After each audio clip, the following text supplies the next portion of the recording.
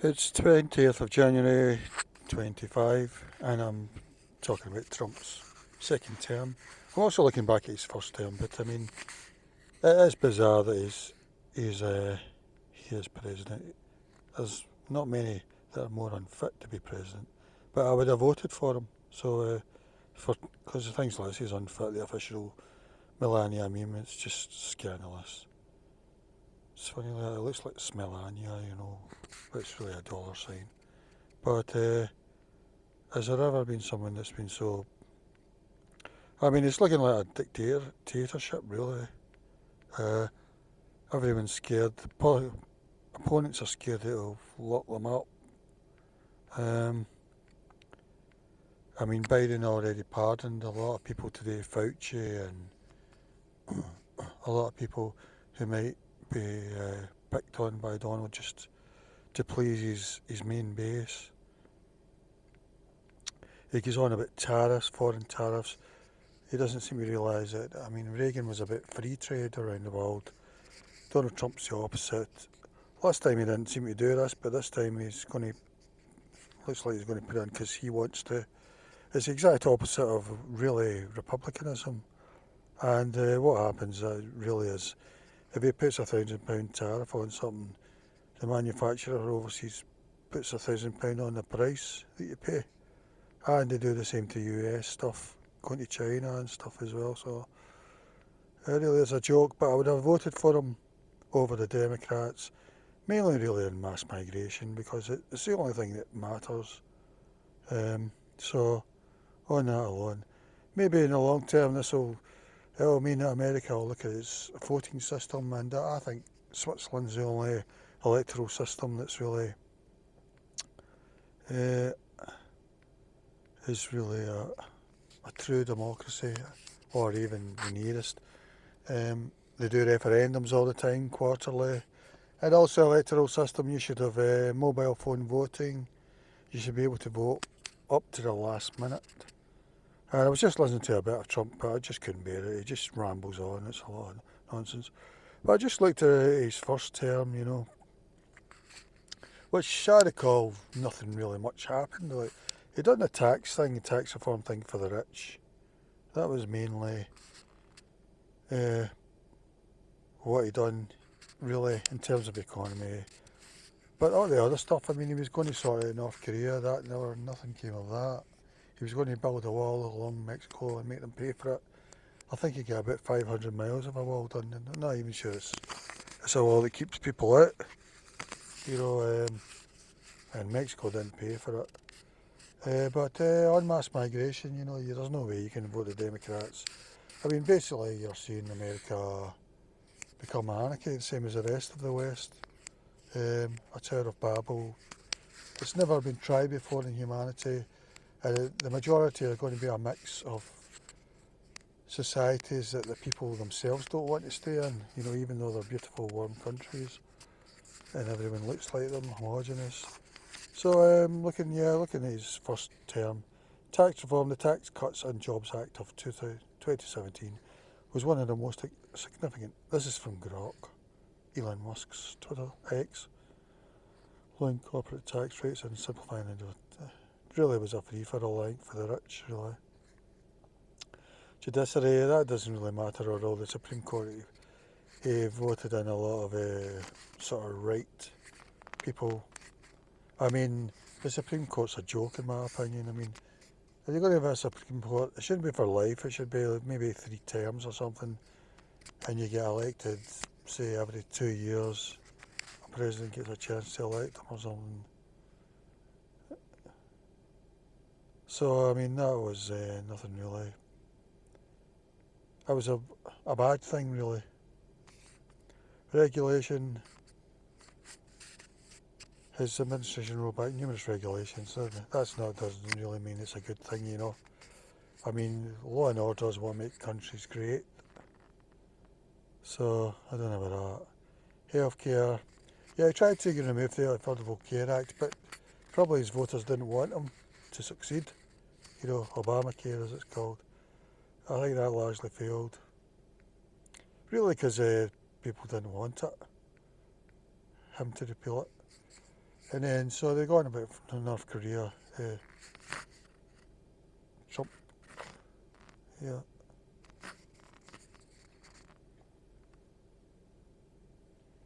North Korea. Yeah, nothing happened there. It was totally useless. Uh, and in the Middle East, the Abraham Accords was a bit of a disaster, really, because it meant that United Arab Emirates and Bahrain could ignore what was happening to Palestine. He withdrew from the Iran nuclear deal, which seems a bad thing, or I don't know about it, but and he reimposed sanctions on Iran because they had some sort of nuclear deal. There was even talk they might bring the Iran deal back, Obama's deal back, because he'd done away with it because it was Obama that brought it in. That's the kind of way he is. Trade wars, he already initiated trade wars, notably with China, introducing tariffs, and he also renegotiated NAFTA and UMCA. Who knows? NATO, he was critical of NATO. Well, he was right about that they weren't paying their way enough, and he was right about Germany was stupid to give up their nuclear energy. Merkel that was, total disaster she was. And so he was right about those two things, really. But he was disrespectful to NATO in that. Social and cultural impacts, immigration and his policies, well, that was a good start. It wasn't enough, obviously, when you look at America, how it's going. There was pretty good policies, but nowhere near enough. I think he's doing more this time, he says, we'll see. He says he's doing it immediately, but race and identity, yeah, he was polarising, but he got more votes from him. I think because they see him as a troll, and that sort of ties in with the countries they've come from. The dictators, disrespect, so they maybe buy into that sort of Trump being a troll.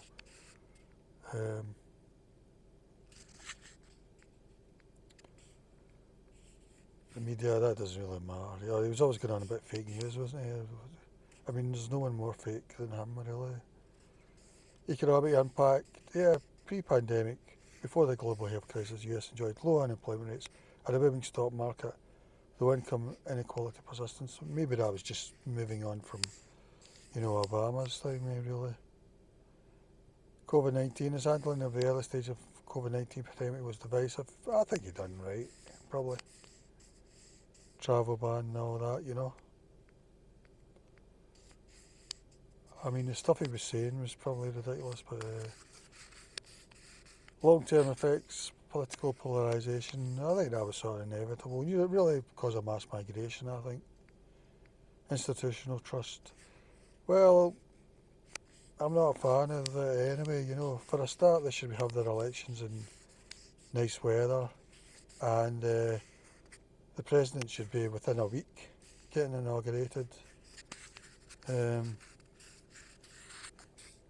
should do away with uh, giving people amnesties or whatever, pardoning people. Trust and all that. Well, it didn't really work because he's back. This is from Grok. And I was looking at the GDP, gross domestic product, because and they'll do that's really all that really mattered, just economic growth, nothing else. Doesn't matter if your country's becoming chaotic down the line. But really his growth wasn't really that impressive. I mean, it was okay, 2.46% 2017. So that's merely maybe like 0.75% a quarter. In the old days it used to be 5%, 6% before 2008. But I don't go by just growth anyway, but it had a bit of growth anyway. Maybe just keeping on from Obama. 2018, 2.97, nearly 3%, marking one of the strongest annual growth rates in recent years. See, that's what it's sort of.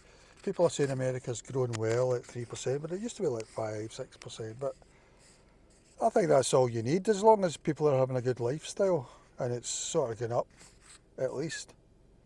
2019, the growth rate slightly decreased to about 2.47%, so he's gone down even before COVID, and that's when he's brought in his low tax things, which are meant to boost the economy bigly, as he would say. And 2020 was a COVID year, so you can't count that, really. So, yeah, I was just looking at all that stuff. Good luck to him. If he can do something about migration, I think in 5 or 10 years,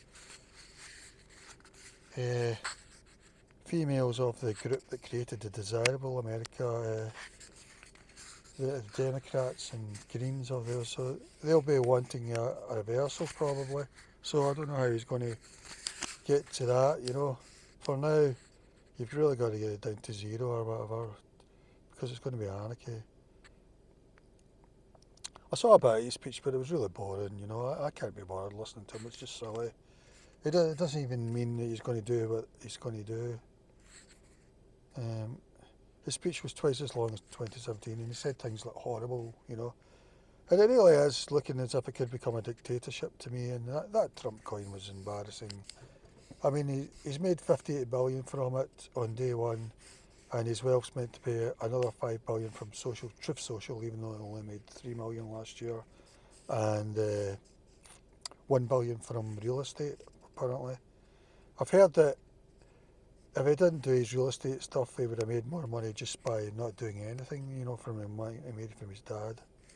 If he just invested it wisely, you know, or kept it in the bank, even. So we'll see how it goes.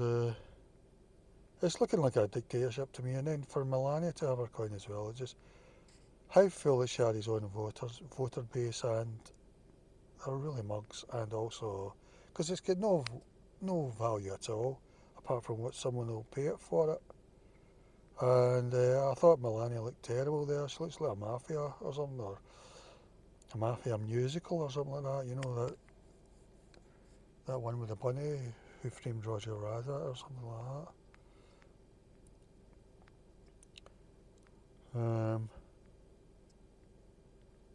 So is he going to lock up opponents and stuff like that? He did say he was going to the first time around, but this time I feel he might. Are we heading for a dictatorship? And people are saying this is his last term. He's not going to stand down. He's going to...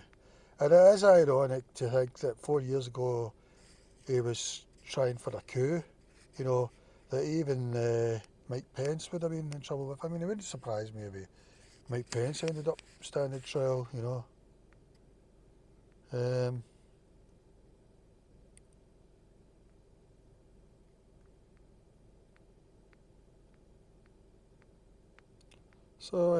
and apparently Elon's friend, Vivian, the guy from India, uh, he's been kicked out of the Doge thing, Elon's project. Not by Elon, I think.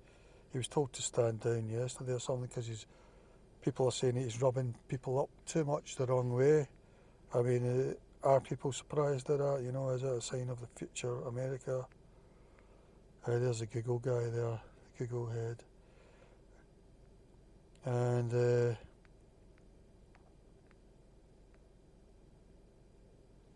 is interesting that Mark Zuckerberg's there, you know, and he's sort of he's done away with Nick, what's his name, the Lib Dem, Nick Clegg, to be the nice guy for Facebook. He's done away with the third party fact checkers who were really free speech banners, you know.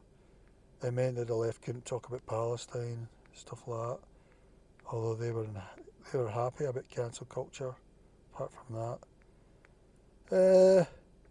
I don't know. I would have still voted for him because of mass migration, but it's too late by the looks of it anyway. But you probably need a reversal, really. Um, so we'll see what he does about that. If he does about that, you know, that is something. Anyway, we'll see.